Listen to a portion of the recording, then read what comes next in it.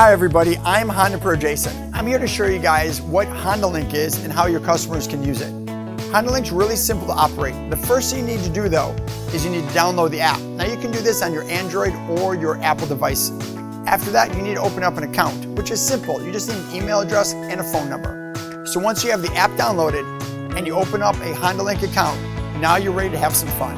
You open the app up here and then you have to add the vehicle. So you go to add vehicle, and then you have to add the VIN number. So you can either add it in manually or use the phone's camera, which is what I'm gonna do.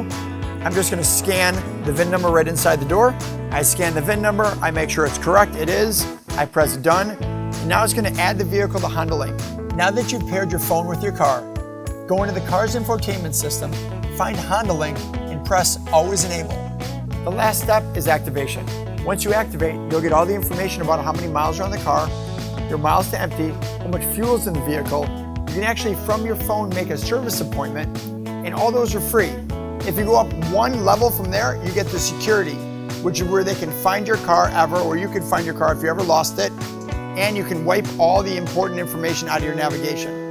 From there, you go up to the remote, which is again going to give you remote capabilities, starting, locking, unlocking your car. And then the very top is going to be the concierge package. This is where you can make hotel reservations, order concert tickets, make room reservations, all from your phone. Hopefully now you have a better understanding of what HondaLink does and how it works. And as always, guys, I'm the Honda Pro, and now you're in the know.